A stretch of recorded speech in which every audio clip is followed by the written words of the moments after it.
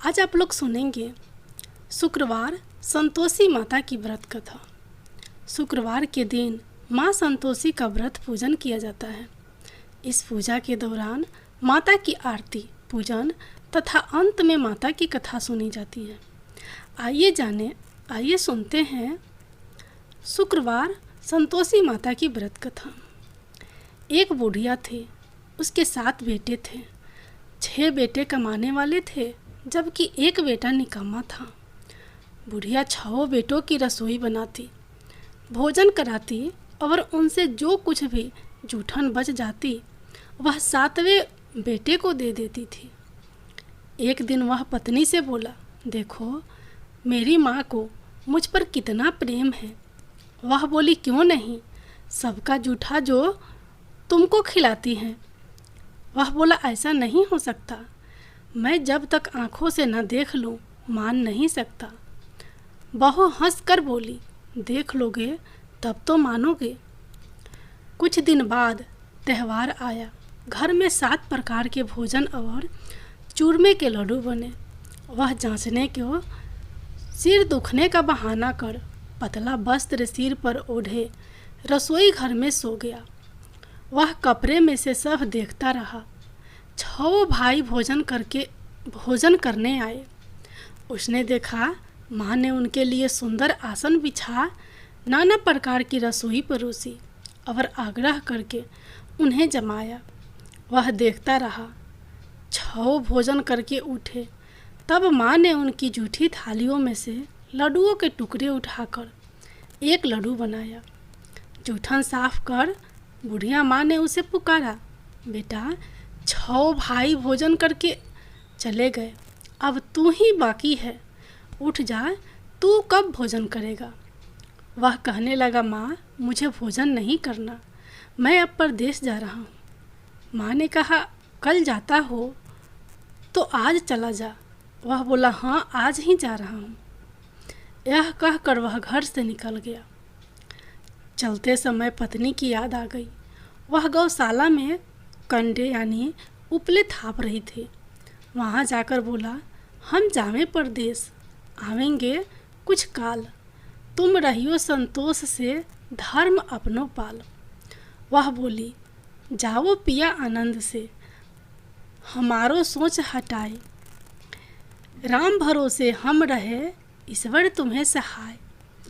2 निशानी आपन देख धारू में धीर, सुधी मति हमारी बिसारियो, रखियो मन गंभीर। वह बोला, मेरे पास तो कुछ नहीं है, यह अंगूठी है सो ले लो और अपनी कुछ निशानी मुझे दे दो। वह बोली, मेरे पास क्या है, यह गोबर भरा हाथ है। यह कहकर उसकी पीठ पर गोबर के हाथ की थाप मार दी। वह चल दिया। चलते चलते दूर देश पहुंचा। वहाँ एक साहूकार की दुकान थी, जहाँ जाकर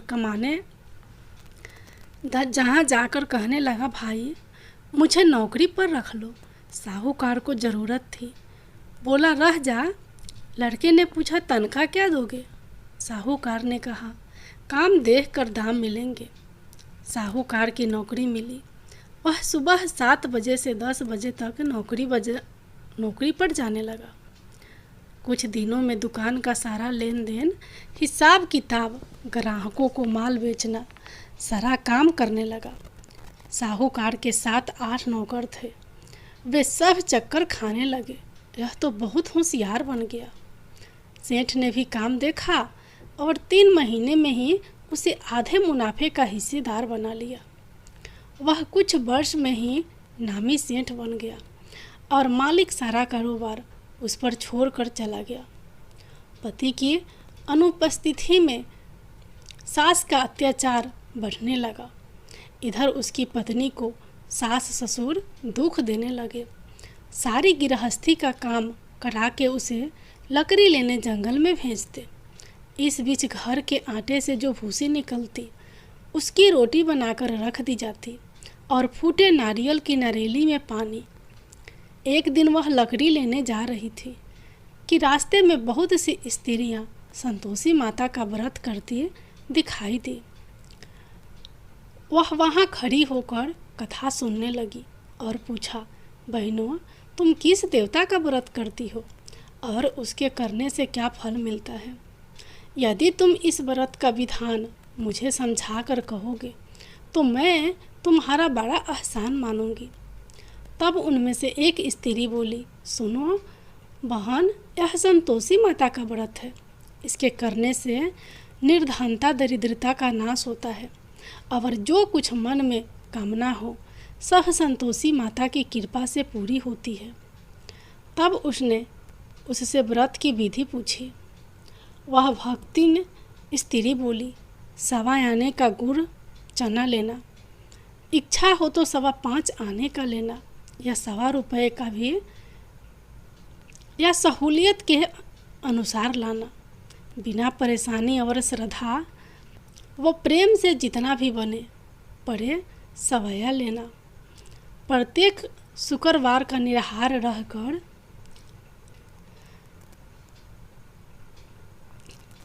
कथा सुनना। इसके बीच कर्म टूटे नहीं, लगातार नियम पालन करना। सुनने वाला कोई ना मिले तो घी का दीपक जला उसके आगे या जल के पात्र को सामने रखकर कथा कहना। जब कार्य सिद्ध ना हो नियम का पालन करना और कार्य सिद्ध हो जाने पर व्रत का उद्यापन करना। 3 मास में माता फल पूरा करती हैं। यदि किसी के ग्रह खोटे भी हो तो भी माता वर्ष भर में कार्य सिद्ध करती हैं। फल सिद्ध होने पर उद्यापन करना चाहिए, बीच में नहीं। उद्यापन में 2.5 सेर आटे का खाजा तथा इसी परिणाम से खीर तथा चने का साग करना। 8 लड़कों को भोजन कराना। जहाँ तक मिले देवर जेठ भाई बंधु के हो, ना मिले तो रिश्तेदारों और पास पड़ोसियों को बुलाना। उन्हें भोजन करा यथाशक्ति दक्षिणा देना। माता का नियम पूरा करना। उस दिन घर में खटाई नहीं खाना चाहिए। यह सुन बुढ़िया के लड़के की बहू चल दी। रास्ते में लकड़ी के बोझ को बेच दिया और उन पैसों से गुड़ चना ले माता के व्रत की तैयारी करी। आगे चली और सामने मंदिर देखकर पूछने लगी, यह मंदिर किसका है? सब कहने लगे, संतोषी माता का मंदिर है। यह सुनकर माता के मंदिर में जाकर चरणों में लौटने लगी। दिन हो विनती करने लगी, मैं निपट अज्ञानी हूँ, व्रत के कुछ भी नियम नहीं जानती। मैं दुखी हूँ, हे माता जगत जननी, मेरा दुख दूर कर, मैं तेरी शरण में हूँ। माता को दया आई। एक शुक्रवार बीता कि दूसरे को उसके पति का पत्र आया और तीसरे शुक्रवार को उसका भेजा हुआ पैसा आ पहुँचा। यह देख जेठ जेठानी मुँह सिकोड़ने लगे। लड़के ताने देने लगे। काकी के पास पत्र आने लगे, रुपया आने लगा। अब तो काकी की खातिर बढ़ेगी। बेचारी सरलता से कहती, भैया कागज आवे रुपया आवे, हम सब के लिए अच्छा है। ऐसा कहकर आंखों में आंसू भरकर संतोषी माता के मंदिर में आ मातेश्वरी के चरणों में गिरकर रोने लगी। माँ, मैंने तुमसे पैसा कब मांगा है? मुझे पैसे से क्या काम है? मुझे तो अपने सुहाग से काम है। मैं तो अपने स्वामी के दर्शन मांगती हूँ। तब माता ने प्रसन्न होकर कहा, जा बेटी, तेरा स्वामी आएगा। यह सुनकर खुशी से बावली होकर घर में जा काम करने लगी। अब संतोषी माँ विचार करने लगी, इस भोली पुत्री को मैंने कह तो दिया कि तेरा पति आएगा, लेकिन कैसे आएगा? वह तो इसे सपने में भी याद नहीं करता। उसे याद दिलाने को मुझे ही जाना पड़ेगा। इस तरह माताजी उस बुढ़िया के बेटे के पास जा सपने में प्रकट हो कहने लगी, साहूकार के बेटे सो रहा है या जगता है? वह कहने लगा, माता सोता भी नहीं जगता भी नहीं हूँ, कहो क्या आज्ञा है? माँ कहने लगी, तेरे घर बार कुछ है कि नहीं? वह बोला, मेरे पास सब कुछ है, माँ बाप है, बहू है, क्या कमी है? माँ बोली, भोले पुत्र, तेरी बहू घोर कष्ट उठा रही है। तेरे माँ बाप उसे परेशानी दे रहे हैं। वह तेरे लिए तरस रही है, तो उसकी सुध ले। वह बोला, हाँ माता जी, यह तो मालूम है, परंतु जाऊं तो कैसे? परदेश की बात है, लेन देन का कोई हिसाब नहीं, कोई जाने का रास्ता नहीं आता, कैसे चला जाऊं? माँ कहने लगी, मेरी बात मान, सवेरे नहा धोकर संतोषी माता का नाम ले, घी का दीपक जला, दंडवत कर, दुकान पर जा बैठ। देखते देखते सारा लेन देन चुक जाएगा, जमा का माल बिक जाएगा, साँझ होते होते धन का भारी ढेर लग जाएगा। अब बूढ़े की बात मानकर वह नहा धोकर संतोषी माता को दंडवत घी का दीपक जला दुकान पर जा बैठा। थोड़ी देर में देने वाले रुपया लेने लगे, लेने वाले हिसाब लेने लगे। कोठे में भरे सामान के खरीदार नगद दाम में सौदा करने लगे। शाम तक घर का भारी ढेर लग गया, धन का भारी ढेर लग गया। मन में माता का नाम ले, चमत्कार देख, प्रसन्न हो, घर ले जाने के वास्ते गहना कपड़ा सामान खरीदने लगा। यहाँ काम से निपट तुरंत घर को रवाना हुआ। उधर उसकी पत्नी जंगल में लकड़ी लेने जाती है। लौटते वक्त माता जी के मंदिर में विश्राम करती है। वह तो उसके प्रतिदिन रुकने का जो स्थान ठहरा। धूल उड़ती देख वह माता से पूछती है, हे माता, यह धूल कैसे उड़ रही है? माता कहती है, हे पुत्री, तेरा पति आ रहा है।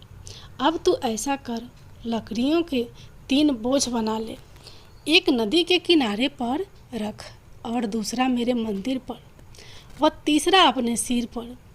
तेरे पति को लकड़ियों का गट्टर देख मोह पैदा होगा, वह यहाँ रुकेगा, नाश्ता पानी खाकर माँ से मिलने जाएगा। तब तू लकड़ियों का बोझ उठा कर जाना और चौक में गट्टर डालकर जोर से आवाज़ लगाना, लो सासू जी, लकड़ियों का गट्टर लो, भूसी की रोटी दो, नारियल के खपरे में पानी दो। आज मेहमान कौन आया है? माताजी से बहुत अच्छा कहकर वह प्रसन्न मन से लकड़ियों के 3 गट्टर बनाई, एक नदी के किनारे पर और एक माताजी के मंदिर पर रखा। इतने में मुसाफिर आ पहुंचा। सूखी लकड़ी देख उसकी इच्छा उत्पन्न हुई कि हम यहीं पर विश्राम करें और भोजन बनाकर खा पीकर गांव जाएं। इसी तरह रुक कर भोजन बना विश्राम करके गांव को गया। सबसे प्रेम से मिला। उसी समय सिर पर लकड़ी का गट्टर लिए वह उतावली सी आती है।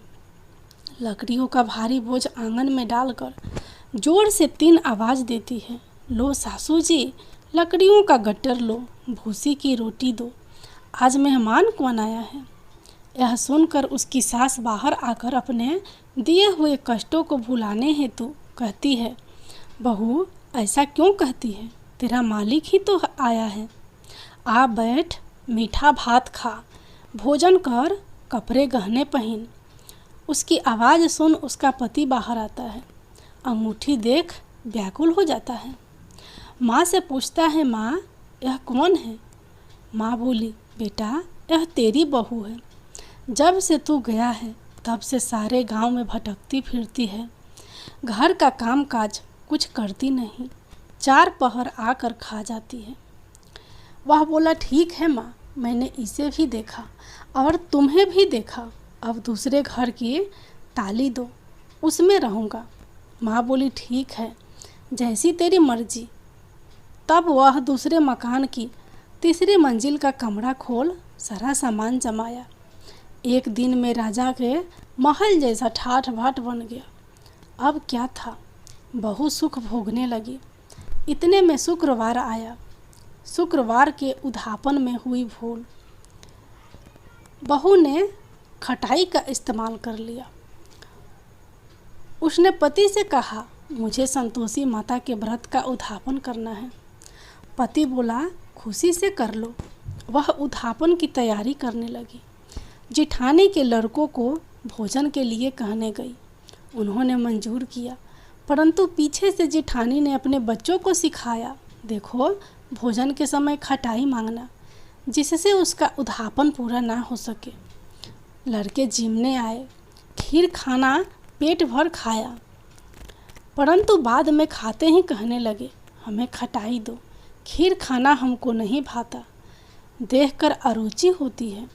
वह कहने लगी, भाई खटाई किसी को नहीं दी जाएगी, यह तो संतोषी माता का प्रसाद है। लड़के उठ खड़े हुए, बोले, पैसा लाओ। भोली बहू कुछ जानती नहीं थी, उन्हें पैसे दे दिए। लड़के उसी समय हट करके इमली खटाई ले खाने लगे। यह देखकर बहू पर माताजी ने कोप किया। राजा के दूत उसके पति को पकड़ ले गए। जेठ जेठानी मन माने वचन कहने लगे, लूट लूट कर धन इकट्ठा कर लाया है, अब सब मालूम पड़ जाएगा, जब जेल की मार खाएगा। बहू से यह सहन नहीं हुए, रोती हुई माता जी के मंदिर गई। कहने लगी, हे माता, तुमने क्या किया? हंसाकर अब भक्तों को रुलाने लगी। माता बोली, बेटी तूने उद्यापन करके मेरा व्रत भंग किया है। वह कहने लगी, माता जी मैंने कुछ अपराध किया है, मैंने तो भूल से लड़कों को पैसे दे दिए थे, मुझे क्षमा करो, मैं फिर तुम्हारा उद्यापन करूँगी। माँ बोली, अब भूल मत करना। वह कहती है, अब भूल नहीं होगी, अब बतलाओ वे कैसे आएंगे? माँ बोली, जा पुत्री, तेरा पति तुझे रास्ते में आता मिलेगा। वह निकली, राह में पति आता मिला। वह पूछने लगी, कहाँ गए थे आप? वह कहने लगा, इतना धन जो कमाया है उसका टैक्स राजा ने मांगा था, वह भरने गया था। वह प्रसन्न हो बोली, भला हुआ, अब घर को चलो। कुछ दिन बाद फिर शुक्रवार आया। वह बोली, मुझे फिर माता का उद्यापन करना है। पति ने कहा, करो। बहू फिर जेठ के लड़कों को भोजन को कहने गई। जेठानी ने एक दो बातें सुनाई और सब लड़कों को सिखाने लगी, तुम सब लोग पहले ही खटाई मांगना। लड़के भोजन से पहले कहने लगे, हमें खीर नहीं खानी, हमारा जी बिगड़ता है, कुछ खटाई खाने को दे दो। वह बोली, खटाई किसी को नहीं मिलेगी, आना हो तो आओ। वह ब्राह्मण के लड़के लाकर भोजन कराने लगी। यथाशक्ति दक्षिणा की जगह एक एक फल उन्हें दिया। संतोषी माता प्रसन्न हुई। माता की कृपा होते ही 9वें मास में उसके चंद्रमा के समान सुंदर पुत्र प्राप्त हुआ। पुत्र को पाकर प्रतिदिन माता जी के मंदिर को जाने लगी। माँ ने सोचा, यह रोज आती है, आज क्यों न इसके घर चलूं। यह विचार कर माता ने भयानक रूप बनाया। गुड़ चने से सना मुख, ऊपर सूंड के समान होठ, उस पर मक्खियाँ भिन भिन कर रही थी। देहली पर पैर रखते ही उसकी सास चिल्लाई, देखो रे कोई चुड़ैल डाकिन चली आ रही है, लड़कों इसे भगाओ, नहीं तो किसी को खा जाएगी। लड़के भगाने लगे, चिल्लाकर खिड़की बंद करने लगे। बहू रोशनदान में से देख रही थी। प्रसन्नता से पगली बन चिल्लाने लगी, आज मेरी माता जी मेरे घर आई हैं, वह बच्चे को दूध पीने से हटाती है। इतने में सास का क्रोध फट पड़ा। वह बोली, क्या उतावली हुई है? बच्चे को पटक दिया। इतने में माँ के प्रताप से लड़के ही लड़के नजर आने लगे। वह बोली, माँ, मैं जिसका व्रत करती हूँ यह संतोषी माता है। सबने माता जी के चरण पकड़ लिए और विनती कर कहने लगे, हे माता, हम मूर्ख हैं, अज्ञानी हैं, तुम्हारे व्रत की विधि हम नहीं जानते, व्रत भंग कर हमने बड़ा अपराध किया है। जग माता, आप हमारा अपराध क्षमा करो। इस प्रकार माता प्रसन्न हुई। बहू को प्रसन्न हो जैसा फल दिया वैसा माता सबको देना। जो पढ़े उसका मनोरथ पूर्ण हो, जो सुने उसका भी मनोरथ पूर्ण हो। बोलो संतोषी माता की जय हो।